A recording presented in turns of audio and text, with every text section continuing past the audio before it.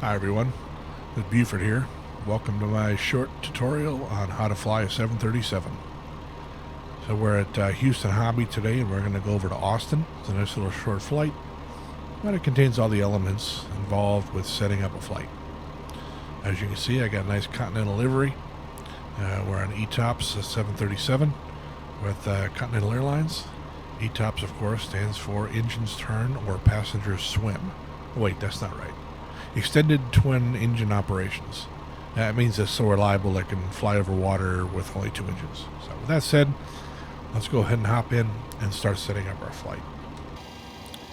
So here we have the default position for the captain on a 737. This is what you're going to see if you just spawn a PMDG 737, any of the flavors, 6, 7, or 800, at the gate. So we're going to start from here because that's what most people are most familiar with. And we're going to go through stuff, and I'm going to explain things as I go along, so bear with me. And I apologize for the poor production quality. Hopefully the content will make up for it. So we're going to go from Hobby, and that's Houston's. Here's the airport. We'll take off on 13 right, and I've spawned the plane right about where the letter T is here along this V-shaped terminal. So we're going to back out, and then we're going to taxi along here. We've got a circle, HS2 and HS1, and that is runway incursion hotspot. So that means be careful, which I guess kind of makes sense because taxiway, the only way to get from the terminal to 13 right, which is where they all start from, and this is the runway they use in Houston. The prevailing wind is out of the southeast, and they've actually got to incur on runway 13 left in order to get to 13 right, so I can see why that's a hot spot anyway. So that's where we're going. That's where we are, excuse me. So, flight plan. What is the best way to figure out how we're going to get from Austin? And the easiest way to do that is to steal it. So we're going to see what professional pilots are using right now. So SimBrief is a pretty good tool. You just select dispatch system. That'll take you to the same screen. We'll create a new flight, and we want to go from Houston Hobby, HOU, and we're going to go to Austin, KAUS. And we're going to do it in a 737, 700, which we are, and go down to route. Now that's recommending we go retire 7 via the Manure intersection to the Willie 7 arrival. And so why that one? Well, you click on FlightAware here, it will take you to FlightAware for this flight, and you can go down and see that Southwest Airlines Houston to Austin 737 700 is taking that same route, and boy, that's just about what everybody's taking. These Southwest guys, they'll know how to do it, so that's how we'll do it. And that's how we find out. Go to SimBrief and simply ask it. So now that we got our flight selected, we can generate a new flight. That just does a bunch of calculations and prepares a flight plan, which I'm not going to download. That take too much time. But really what I want to see is this. Block fuel. That includes diversion, reserve fuel, etc. It's all set up here in defaults. And so 11,100. So if I take off at 12,000, I should be fine. That's what I wanted to know. So if you want to see what this flight's going to look like here on little nav map, I know a lot of people are used to looking at this. I've pre-set up the route, or the flight, excuse me, from Houston to Austin with no route right now. And so we want to show departure procedures for Hobby. And we're going to take off at 13 right. And here you can see the retire 7 departure, and there's a transition at Manure, so we will add that to the flight. And now it's green, showing we've got a particular route to get to Manure. I feel funny saying that, but then flying around southeast Texas, I guess. Now we have Austin, show arrival procedures. We'll land on the left, the southern facing runway on the 18 left. There's Willie 7. And again, it's got a Manure transition, so we'll add that to the flight. For the left runway. And there it is. So now we'll take it up there. That drops me off at Biso intersection. I've still got to pick an approach. Normally, by the time you get to here, the controllers would tell you, but we're not going to use air traffic control or anything in the game. So what I'm going to do is take approach. Oh, and I got 3 transitions, so there's 3 ways to get to this approach. Doffs, Hookem, which the Austin thing, and Jedi. So it looks like easiest way is Jedi, so I'm just going to do that. Again, the controller would really do this for you. So what it means is the arrivals at Biso, we're kind of on our own to get the Jedi, but I'll program the flight management computer to get us there in the plane. So that's it. This is what the flight will look like. You can see that we take off from 13 right, and we get up to 560 feet, and then in real life the controllers would guide us to get from takeoff over to the initial location, which is retire. But I'm going to program the flight computer to do that for us. We'll see how I do that. That's it. We're planned. So we go to the plane. Most people have looked around quite a bit. And so, like I said, I'll explain this stuff as we go along. The first thing we want to do is go to the FMC, which is here. This is technically what's called the computer display unit. So it's a keyboard and screen that interfaces with more than one computer. In the sim, though, it only interfaces with the FMC. But PMDG uses the same kind of setup for, talking to the plane, things that you would do with a telephone or shouting in real life, or planning on the ground are done through here. So the ones we're interested in here are FS actions and fuel. It defaults to 25,000. That's a little much, so we'll just take the 12 we talked about. Enter 12, and you can see now we're at 12,000. And for passengers, it's defaulted to a pretty heavy flight, 93% load, 107 and 5,000s. I don't know. I mean, you could set it to max, 100% load, 8 in cargo. You can set it to empty with nothing. I'll set it to see what random gets me. I'll do that one. It's about 2/3 full, give or take. And that's about what a flight would be on a boring Saturday. So we'll do that and return. So the plane is set up basically.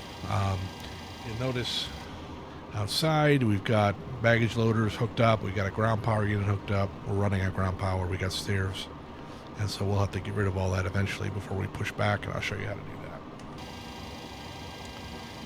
So go back to here. We're all set up. Speed brakes are stowed.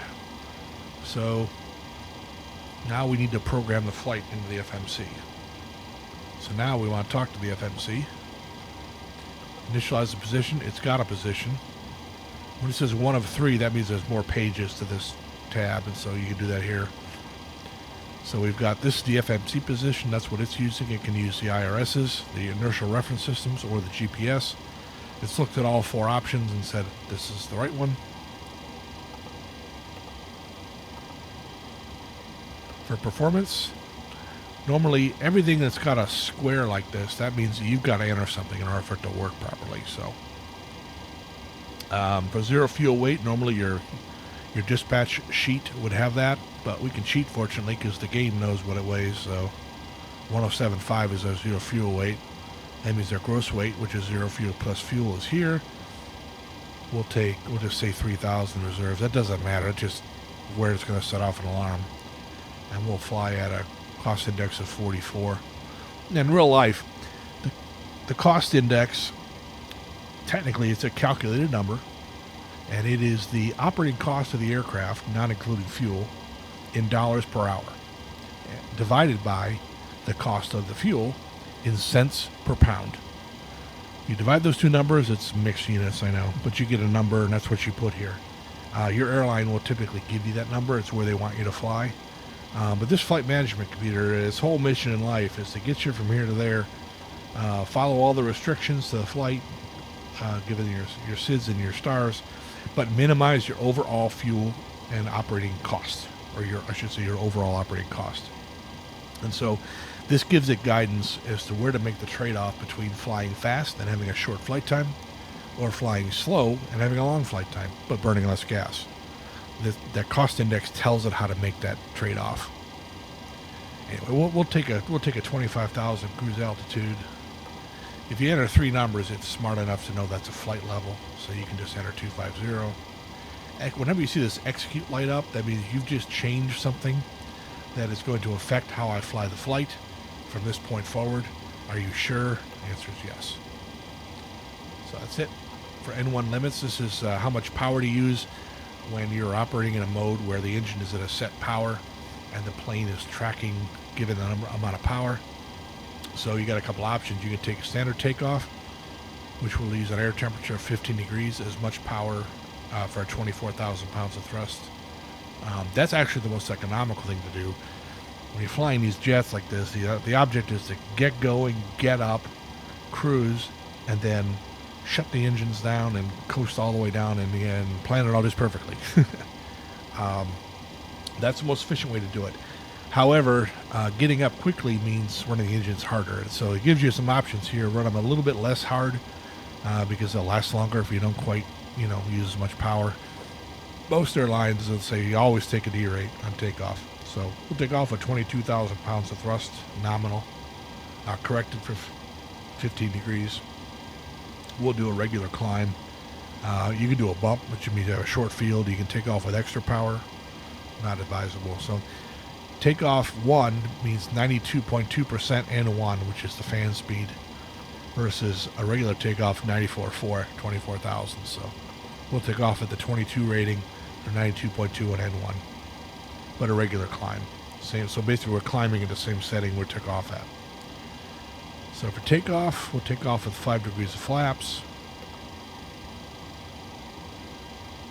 And that will give us a center of gravity and 5.31 degrees.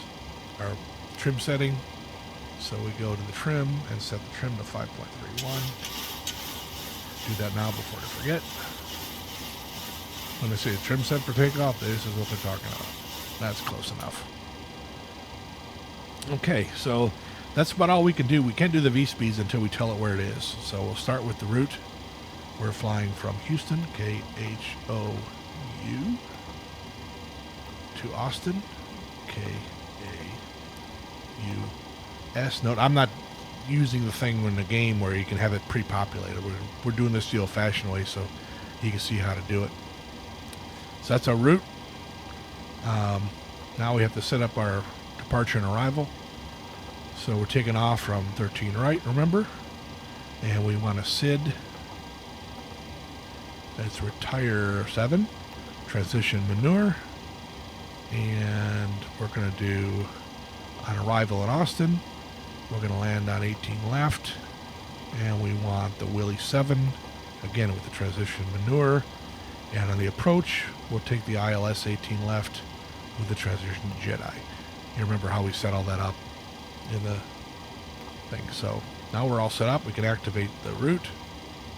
And we're good. So now we can go back and do our takeoff calculations because it knows the length of the runway. It's got to know the runway length before it can do these. And so V1 of 118, that's the speed after which you've got to fly because you no longer have enough runway to stop. We'll rotate at 121. That's where we start to rotate. And hopefully by the time we get airborne and we're accelerating, we'll hit 129, which is the speed we have to get to in order for flight to be stable, level, or climb with one engine. So that's our safety speed of 129, all based on length. That one's based on weight. VR and V1 are based on the runway length. So we're basically set. We have a climb page. We're going to climb at 295, but we have a speed restriction here, 250 below 10,000. That's everywhere, so it's the default. We're going to cruise at Mach 709. It's giving us an optimal cruise speed for fuel burn of 40,000, but it's such a short flight we'd never get there. and a descent at 289. So let's look at the legs page. So we take off. We'll be heading 131. This is the runway heading. And then the control is going to give us vectors to get to retire. Next page. Then manure, then Willie, Biter, Izhov, Basto, Luke, X-Wing, S-Surf, and Biso. And then vectors to Jedi. Remember, that was that dotted line in the little nav map. But we don't have control. I'm not using the not very intelligent game controller system, so I want the plane to get me from one to the other. So the way I'm going to do that is I'm going to say Jedi. That puts it in the scratch pad. That's where when you type stuff, it puts it in the scratch pad. If there's nothing in the scratch pad and you click on something, it'll put it in the scratch pad. And then I go back and I put that over the vector. And now it's going from Biso directly to Jedi. And I don't have to worry about it. Previous page, we're good. We're going to be at 289. We have to slow to 280. Let's talk about these. When you see a small number like that, the 289 being smaller than this one, what that means is it's estimating what the number is going to be. So what it's saying is, here we have our cruise. We're at Mach 709. We're at 200, flight level 250.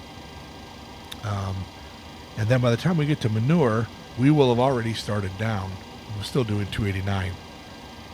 This 280 and a big number means that part of this, the terminal at Star, standard terminal arrival, says there's a restriction at Wiley. You need to be at 280. You need to be between 12,000 and 14,000.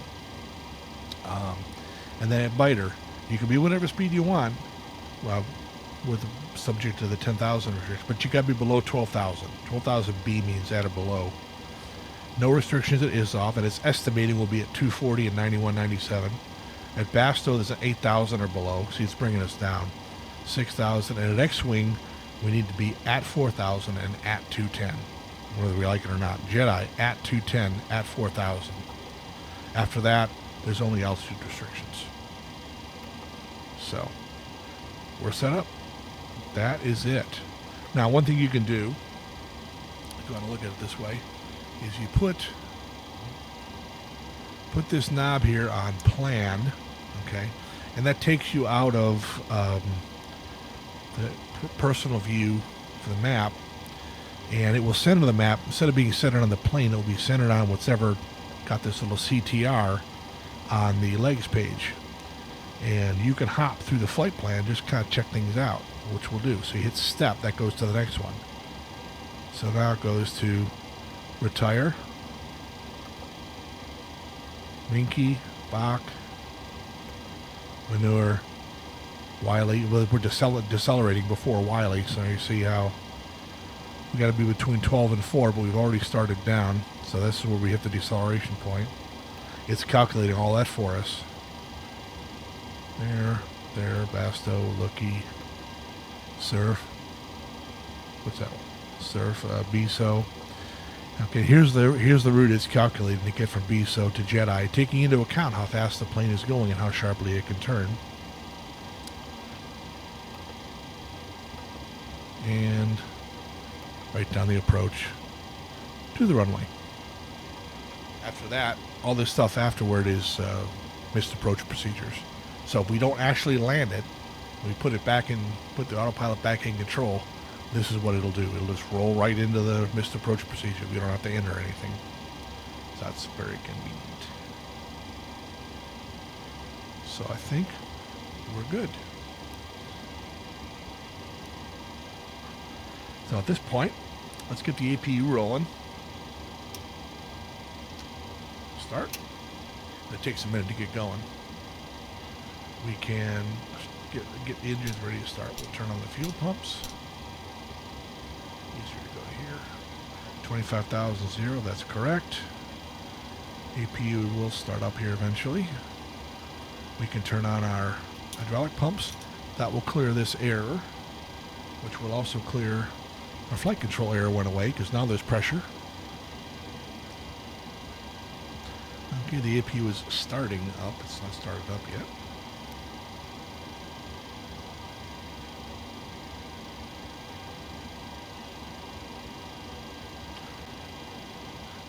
You set the parking brake. The way you set the parking brake on this thing is you apply hydraulic pressure to the brakes and then enable the park brake. What that does is it pressurizes the brake lines, and then when you pull that little parking brake handle, that closes a valve and sort of blocks in that pressure so the brakes stay on. A little bit different than other planes. There we go. We're ready to go. So we got generator buses available, so let's put it on the APU. Ground power is no longer, it's already switched off of ground power. And we can turn on the APU bleed. You can hear the airflow start up as the packs start to run, and the duct pressures come up. These are the bleed switches that control the bleed valves that take pressurized air off the engines to supply the cabin climate control and pressurization system and the anti-ice. And this little white line here is kind of a schematic of the system. So you see the APU only feeds the left side. So the way you get bleed air to start the engine to the right side is it comes around like this, it comes around like this, and goes through this isolation valve, which is open, and goes to this side. Now, the 737's little bitty APU is not big enough, which is, again, a mini jet engine in the back of the plane. It's not big enough to actually run the air conditioners and start the engines. So when you go to start the engines, you actually got to turn the air conditioners off, which if you've been in a 737 on a hot day, you know. You got the air blowing, and all of a sudden he pushes back and the air stops flowing. That's because he needs that air to start the engines. So we're good to go there. So now we got to get rid of all the vehicles. Get ready for pushback. So there's a few ways you can do that. You can actually go to ground services and release all these things. You don't want to release ground power until you got the APU on. We can release that now. The other way you can do it, which clears everything all at once, is to remove chocks. That's sort of a catch-all. We're disconnecting the stairs. We're detaching loaders. You remove the chocks, it automatically kicks everybody off your plane if you don't want to go through and actually select all these individually. So that's kind of what I usually do. And you can see, go out, you can see everybody's leaving. So the baggage cart just ran into the pickup truck. Wow, that's really great. And the stairs ran through the terminal, so you can see flights. This is why I don't like Flight Sim's AI. It is artificial unintelligence. Okay, the last loader's leaving. Ground power's out. We are free and clear. So now we got to push back, and for some reason we have to select the tug first. So I selected the tug. We're gonna go. We can select how we want it to push back. So straight out, standard L, nose right. If you look at what we want to do, that's right. We want to go out. We want to make an L and go that way, so that's nose to the right. We'll turn 90 degrees. That'll get us pointed more or less in the right direction. So we'll start doing that. Cockpit to ground. Go ahead. We've been cleared for pushback and start. They want the tail to our left. Roger that. Ready to push. Tail to the left. Park brakes off.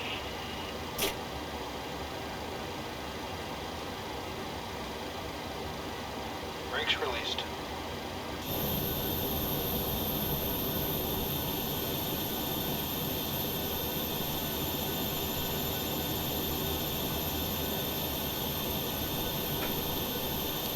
My scenery has a pushback truck, so the PMDG one overlaps it. I don't think there's a way around that.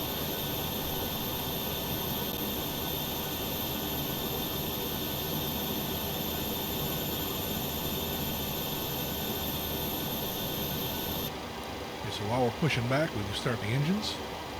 Do that. Turn the packs off. You see the duct pressure builds a little bit when that happens. Start 2.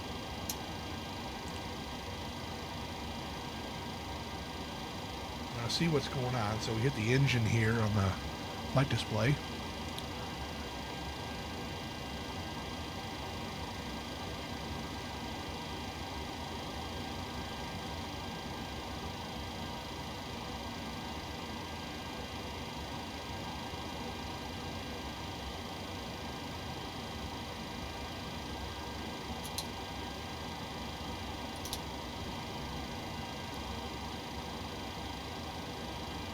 Okay, so the packs are off, and we can turn the knob the right way this time. Go to ground. That's ground start.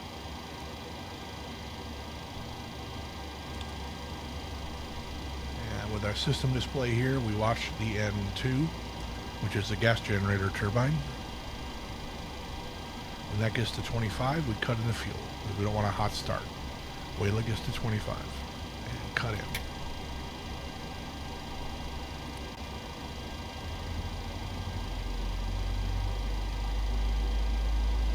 Here to start up.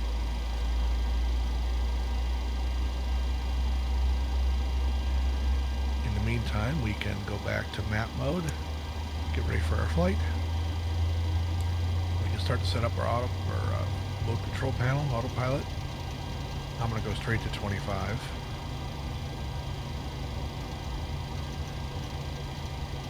Normally a controller would give you initial altitude and stuff. And we'll set this for runway heading of about 130. So we can go to heading mode if we want to. And then we want to climb out. I'll set this to 150, 160 for climb out. Flight director's on. That tells us, they'll tell the autopilot what to do.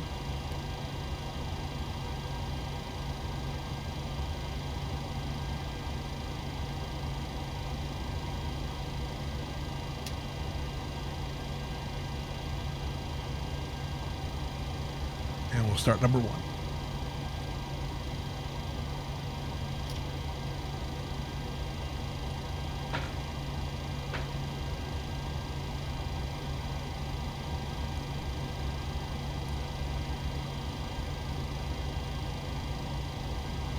Flaps 5 for takeoff.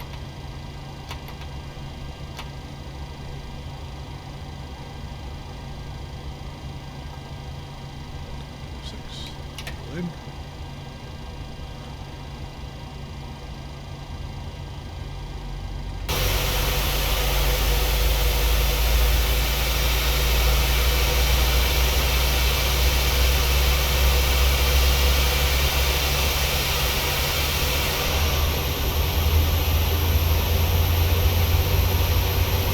Out of here, we're going to go to the right. This kind of zigs around and takes us to the right side there. Okay, we're running, so we can turn the air conditioners back on. We can put the engine generators online. AP was offline now.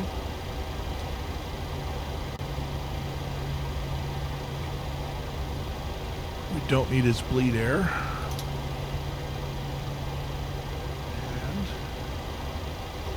off called, we're good. No errors. We shut off the AP. We don't need that for takeoff.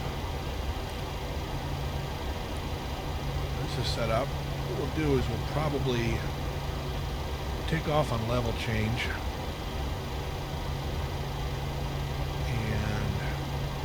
Leave it in roll mode for now. So what it'll default to is when we take off, engage the autopilot, it'll keep wings level, and it will vary the pitch to hold 160 airspeed.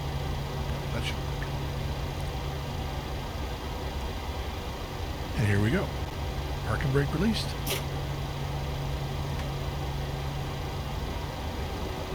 Yes.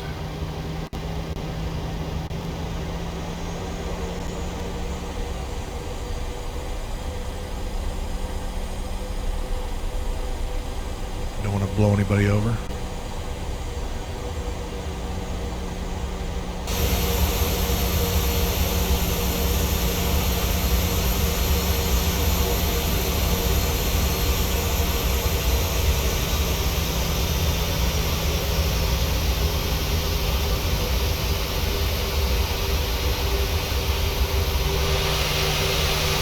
Slats down. Got a little bit of flap for takeoff.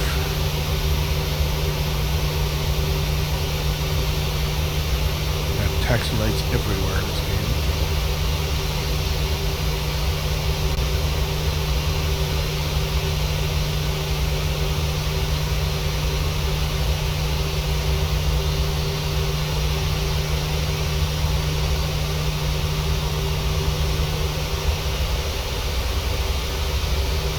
This is the runway incursion area, but there's nobody coming.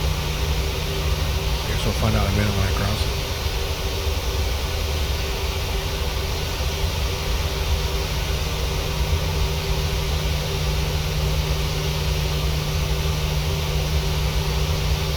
Let's make our way over to the right.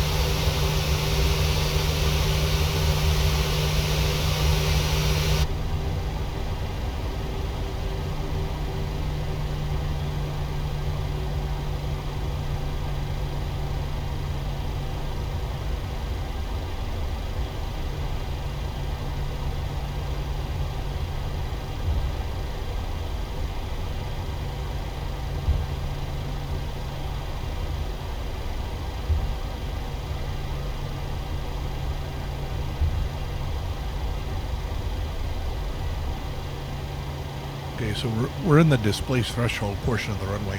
You can take off from there when you have those little arrows, but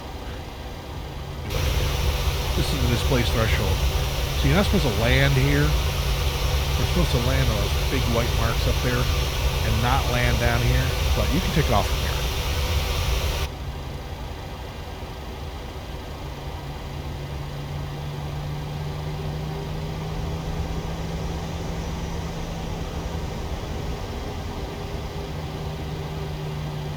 So now we're ready to go. So normally you start out, you advance the throttle. So we got this thing all set up to take over for us. You advance the throttles and you put it in takeoff go run mode, which is these little buttons right here. But since you can't see those too well in the game, what they did was they activated this region here on this screw. So that screw is actually that button, which makes life a little bit easier. So we'll use that. So let's take the engines up to about 50 on N1.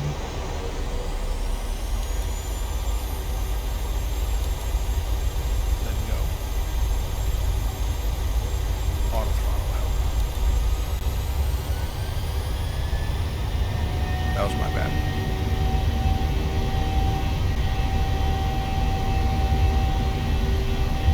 80 knots.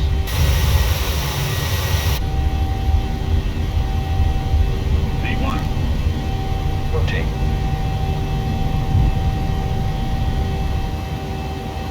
Positive rate of climb. Gear up.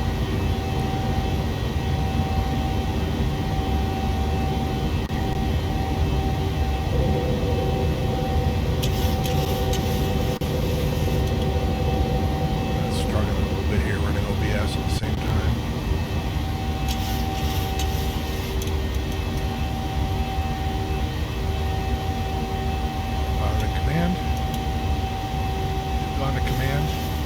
It's going to hold 180. Here's the speed bug. These are the flap reference speeds.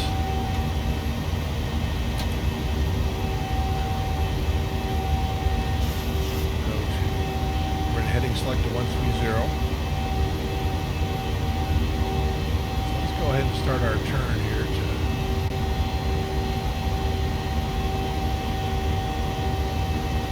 270.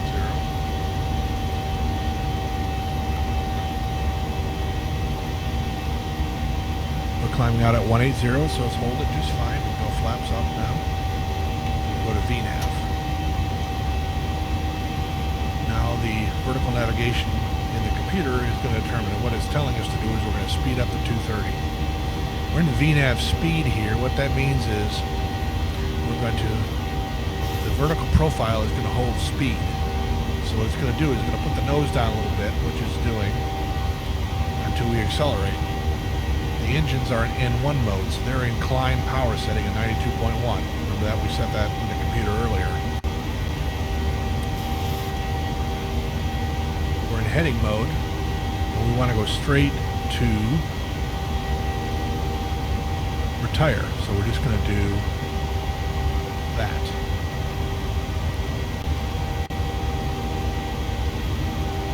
So now we have a line straight to retire, so I can go into LNAV mode.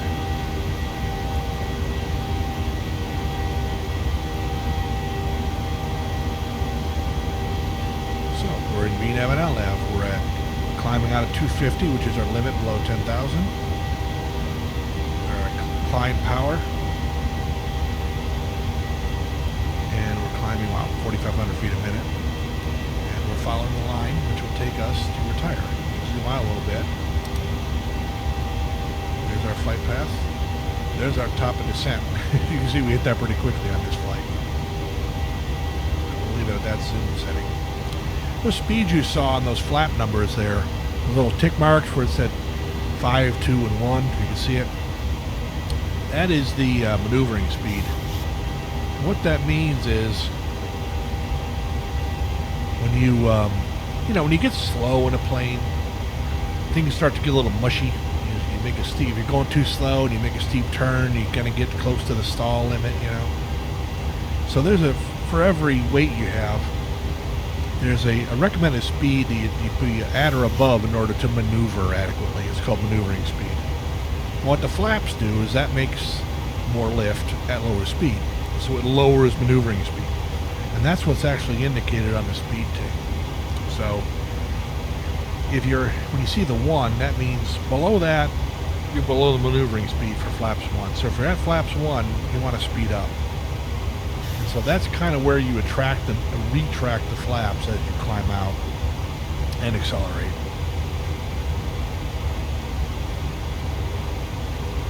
You can sit back and relax a little bit, keep an eye on things, but we're on our way.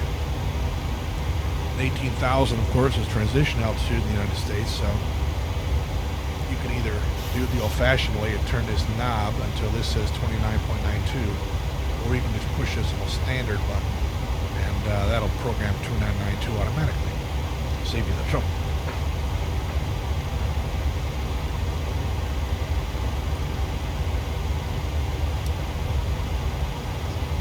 This yellow line here, referred to as the banana, and that is the estimate for, at the current vertical speed of 35 something there, where we'll be ahead of us here when we hit 25,000.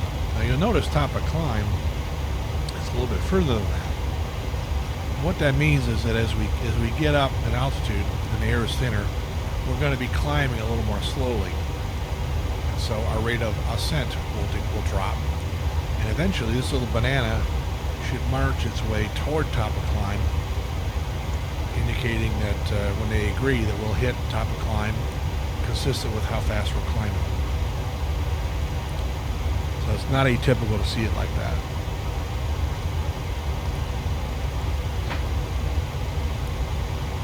Coming up at 18,000.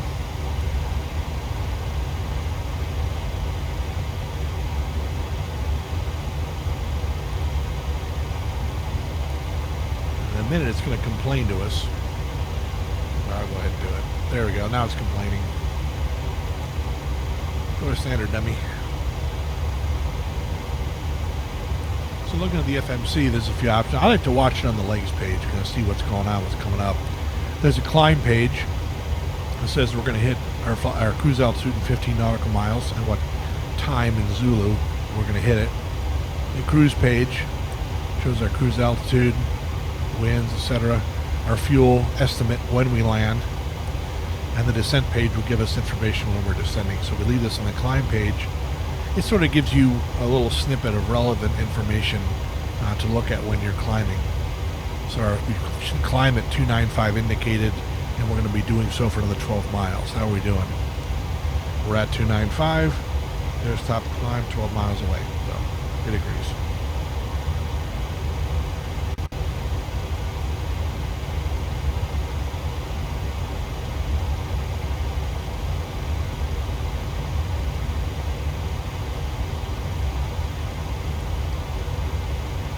Stay out there.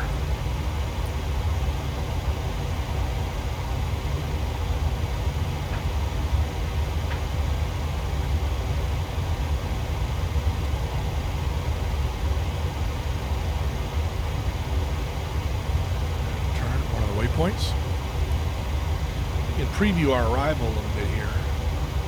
Look at some charts on Navigraph. The plane will manage itself at this point, at least for about 10 or 15 minutes. There's Hobby. There's Austin. Select the charts for Austin. Remember, we're taking the wheelie arrival. Here's what it looks like. Comes in, starts at manure, comes along here. There's a hold here, which won't be bothering us. We come along, shows our restrictions between 12 and 14, below 12, below 8, below 6, at 4 for BSO. And here, of course, is the airport. If we want to look at our approach, okay, that means we're within 1,000 feet of our target altitude, which I'm not worried about. So we're ending at 18 left. So take a look at this guy. Shows it's coming in, right? Here's 4,000 at Scally. Here's R2, here's D2. Again, sense of humor, right? That's these two here. And so by D2 we want to be at 1600, but we'll be on the approach at that point. Frequency is 110.5. We'll have to enter that manually. This plane doesn't do it automatically. It shows the glide slope down to the runway. So this is all the relevant information. And we're going to be coming in through here like that, sort of around like that.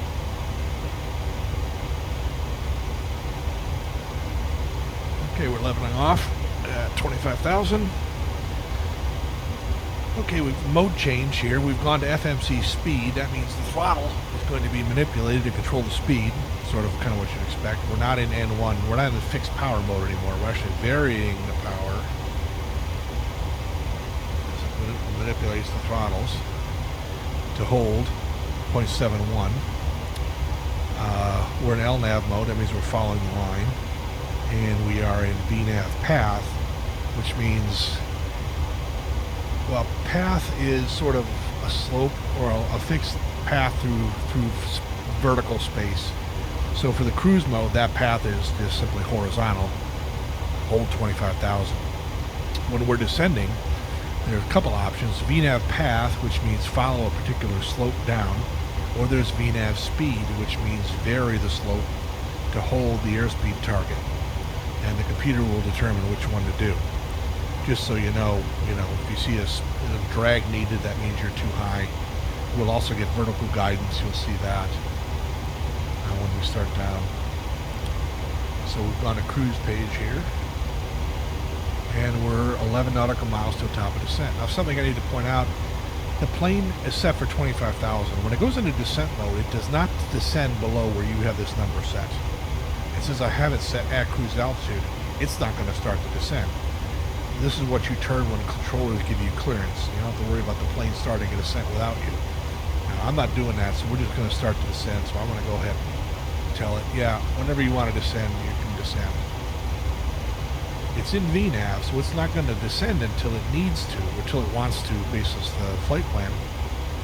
All I've done by setting that to 0 is I've given you the okay to do what you think is correct in the VNAV. If the controller said, go to 10,000, I'd set this to 10,000. Then it would do what it wants to do, but it would stop at 10,000, which is what the controllers want us to do. That's kind of how that works. So we made our last turn. We're pretty close to top of descent. Again, it's a short flight. You guys can rate my landing. I usually fly in VR, and I'm not for this video, so I'm going to be landing in 2D mode. We'll see how well I do.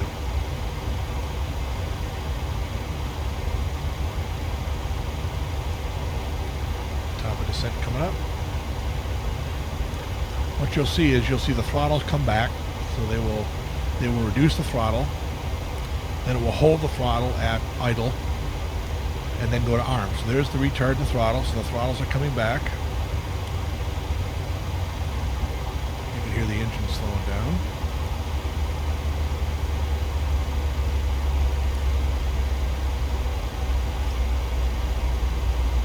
We're going into VNAV path.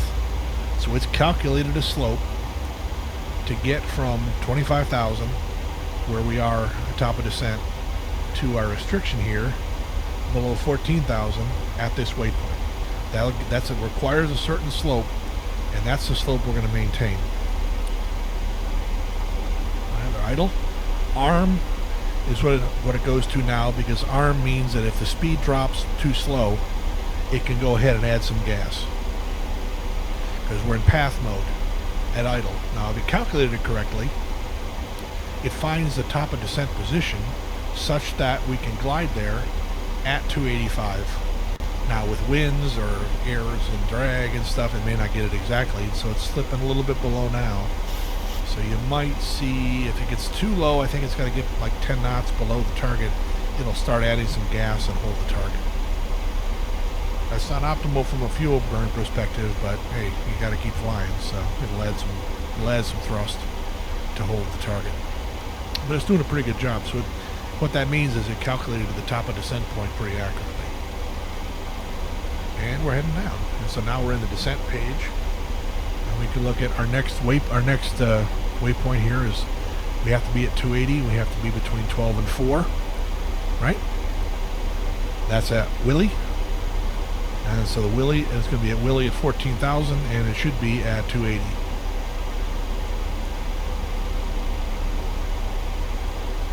You can see that on the legs page. 280 and between these two. And we'll see if it does it.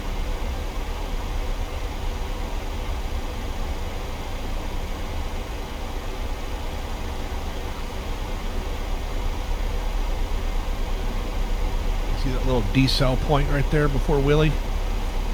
That's probably what it's doing, is saying, okay, when I'm at that point, I'm gonna decelerate a little bit more so that I'm at 280, because it's only got to lose 7 knots.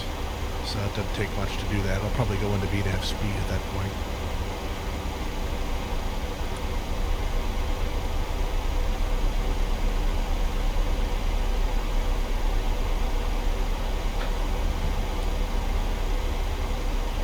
I haven't touched the controls since I put the autopilot on coming out of hobby.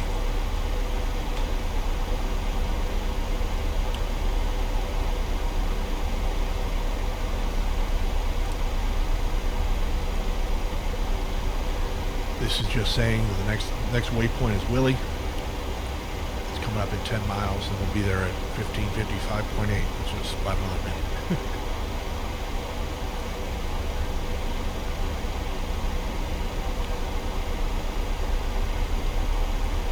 Oh, it's chastising me for not going back to that and calibrating the altimeter. There we go.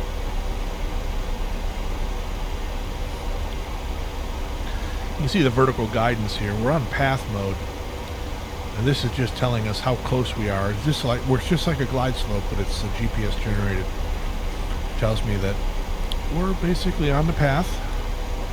That's that slope in the sky, that ramp in the sky that it calculated for us, and we're holding our speed at, trying to hold 289, and we're 2 knots fast.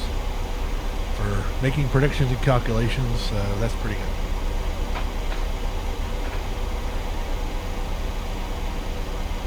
When that gets off, if the speed gets low, it's going to add throttle. If the speed gets high, you're going to get a message down here that says drag required, and that's when you get a little of that and slow it down. Take away a little. That's if the energy balance is wrong. What'll happen is if you have a strong headwind that didn't take into account, then it'll have to add some gas, because the headwind will blow you back, take away your energy. If you have a tailwind, that adds energy, so it'll blow you forward. And what'll happen is you'll be too fast, and you'll get a drag required. You need to help it slow down. So Willie is coming up. We are half a mile from Willie. We're going to be at 280. We're going to hold 280 on speed. And are we below 14,000? Yep, we sure are. Perfect. Hit it right on the head.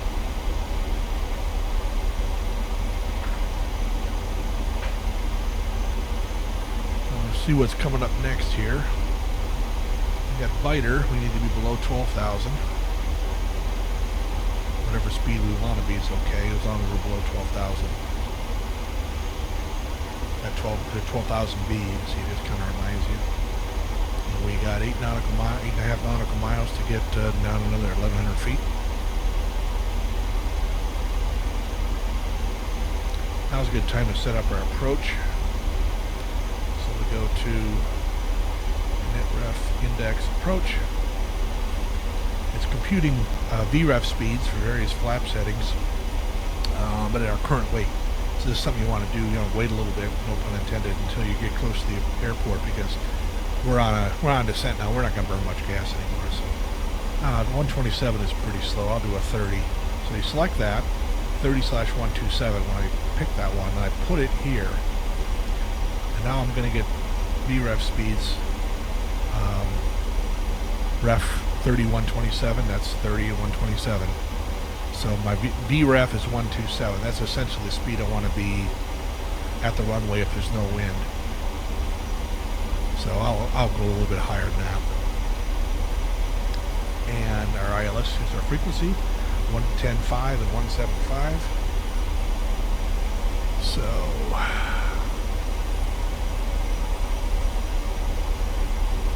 110.5 in standby, and then transfer to active, 110.5,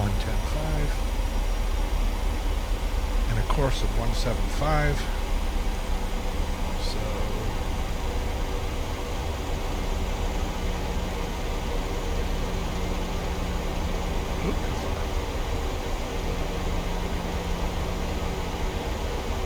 and so now we're set up for ILS.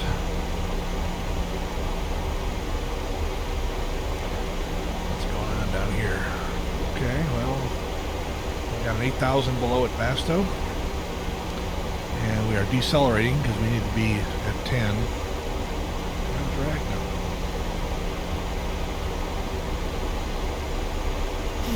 Autopilot, this thing might need a little tuning. There's 10,000 and we're a little hot. We're slowing down. The controller's going to complain a little bit. This is something that PMDG is tuning. Apparently the real 737 is very, very good at this. Making sure it hits its targets. This one was a little off. Not the end of the world. So now we're at 240. Now we're going to start descending. We're going to vary our descent rate to hold 240 at idle.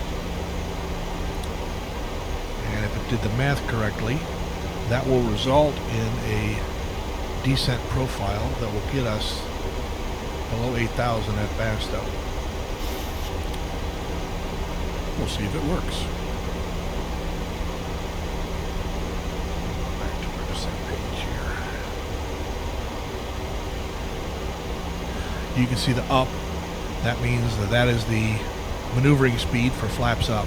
So when we get below that speed, we're going to start to want, or even close to it, we're going to want to start putting some flaps down so the plane doesn't get too mushy. Basto in 2 nautical miles. And we're a little high. That's what that's telling us. If I can help that, I can put a little, just to show you how low drag required. I'm getting the message. Okay. Here it comes. So I add drag. That's going to slow me down. If it slows me down, it's going to put the nose down. That's why it's going to correct for, okay, FMC speed. So is it adding throttle? Okay, it's adding throttle, so it doesn't need drag anymore. We just crossed Basto. We're below 8,000. So we made it. But we got that drag warning. That just means the calculation was a little off. It needs a little help with energy management. We weren't that far off, though. Next waypoint is Lucky at 6,000 above. Should probably look outside the airplane once in a while. Nice day in Austin. Nothing really to look at yet. Airport should be over here somewhere.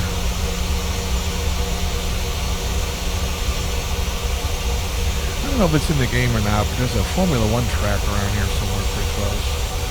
I don't know if we're going to make it out or not. I don't know if we fly over it.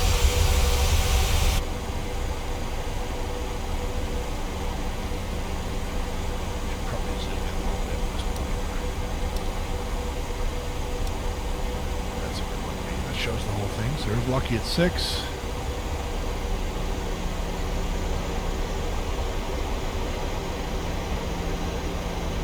Accelerating again because we've got a 230 restriction at Lucky. Let's see if it does it. We weren't quite at 6, we weren't quite at speed, so PMDG's got a little bit of tuning left to do.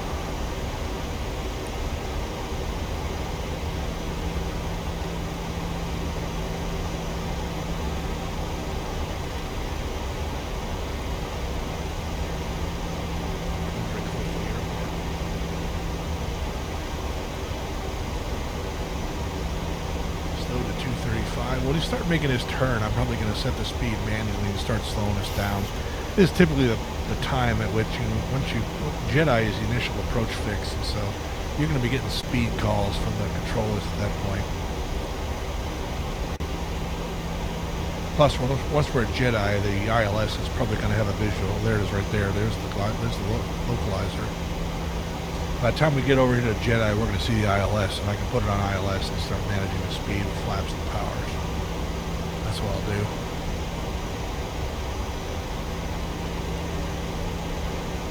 We got a restriction of 210 and at 4,000, so now they're getting specific. They want us at 4,000, they want us at 210. So we got to watch closely here to make sure we see if we need drag or not.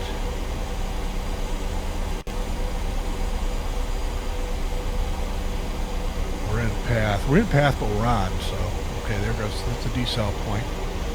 So now it's going to decel to 210. It's going to slowly move the speed bug down until it's at 210 in time for X-Wing, which is a mile and a half away. Make it or not.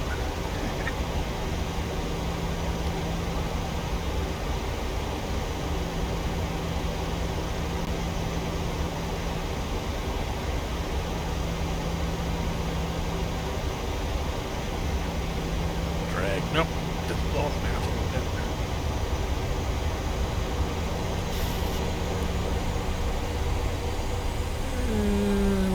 We're at 4,000, but we were 6 knots high.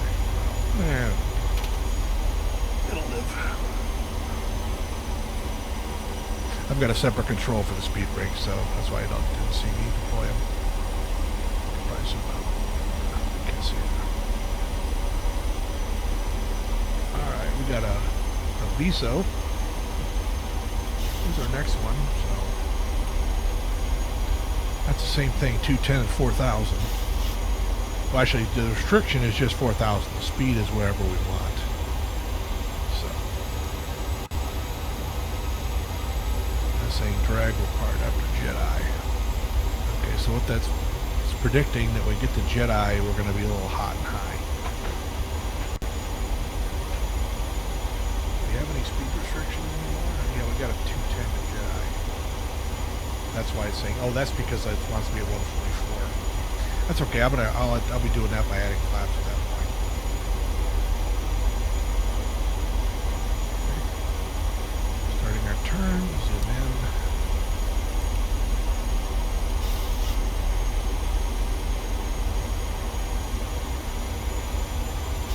Can't slow down, but I can put flaps down.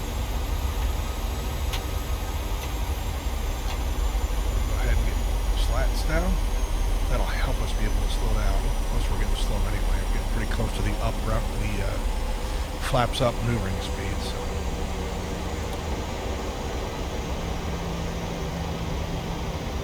Leading edge flaps are out.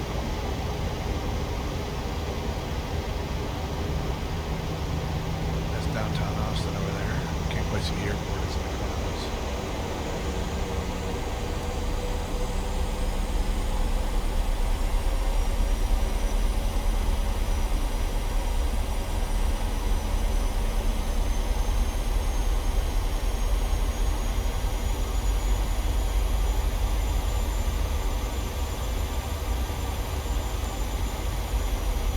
Our ILS signal. Arm localizer at this point. It's not, we don't intercept it. It'll decide when it wants to try to get it. So it's going to stay in LNAV. And this Vorlock means it's armed.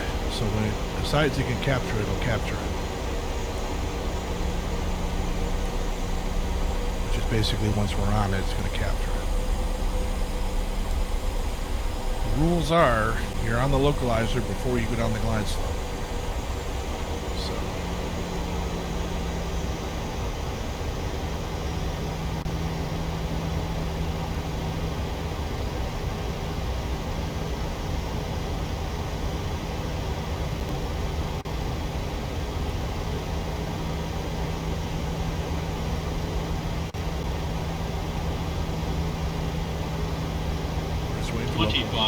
Waiting for localizer capture.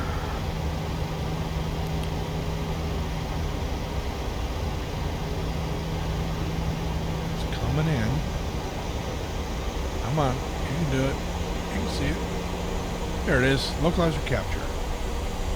And we're on the glide slope, so we're going to approach. It should go straight to glide slope capture, which it does. Alright, so we're on the glide slope and localizer, and the MCP speed of 168. There's the runway. So let's start slowing down.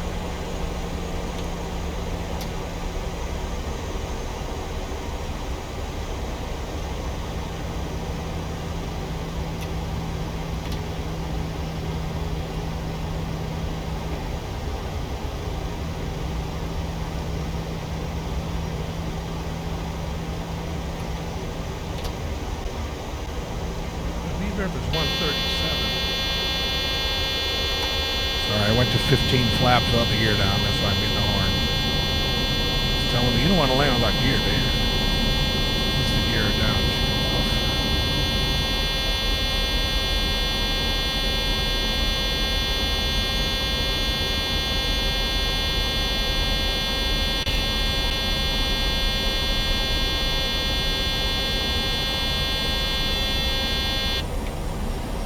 Gear down, it went off. When you go past 10, you gotta have the gear down. That's my mistake.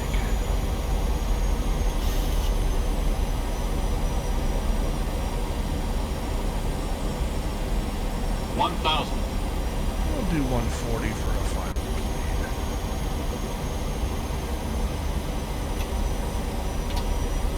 Okay, so we're flaps 30, gear down. We're at a nice comfortable final approach speed. There's Bergstrom.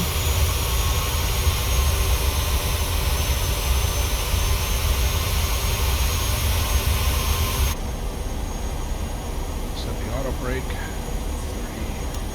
30. It's pretty hard, but that won't help.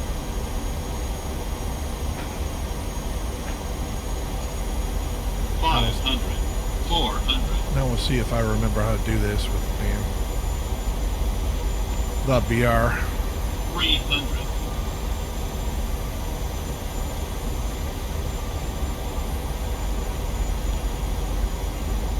200.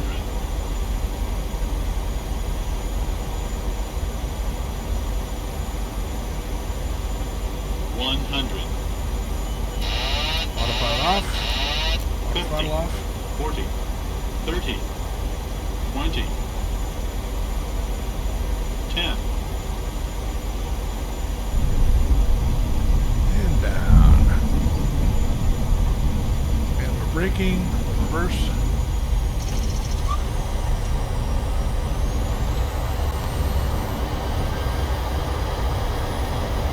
We'll make it, no sense burning up the brakes. We'll take this high-speed turn off here.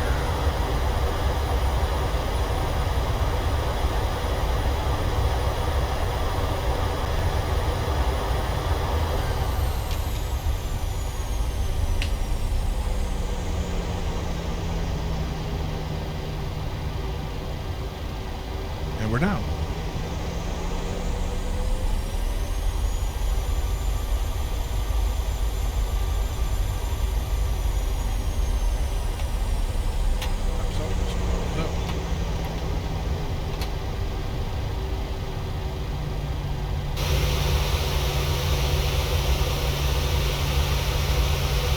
Get off the runway, but I didn't quite make that turn off.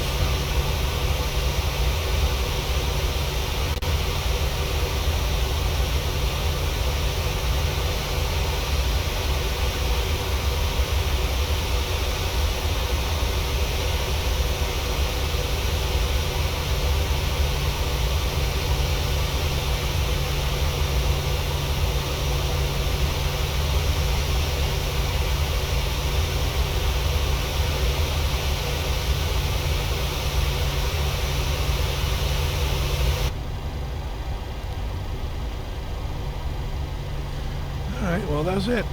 We're in Austin. I'm not going to waste your time taxiing into the gate, those of you that are still even watching. So I'll bring it here. Parking brake set. EPU starting. This is what you normally start the APU once you're down and taxiing back, because it takes a second to start.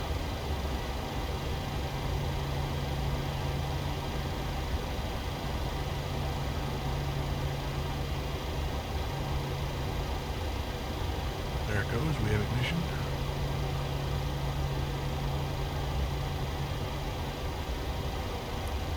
Just pretend we're at the gate.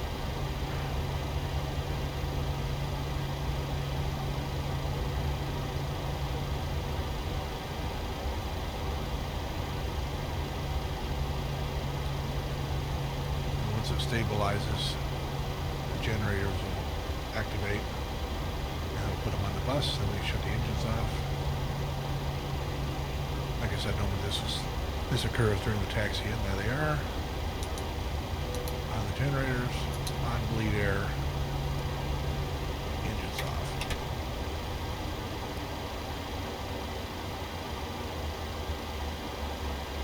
And that's it. We got the air conditioners going. We're on APU power, and if we were at the gate, it'd be perfect, but it's a long taxi, so I hope you all learned something. Have a good one.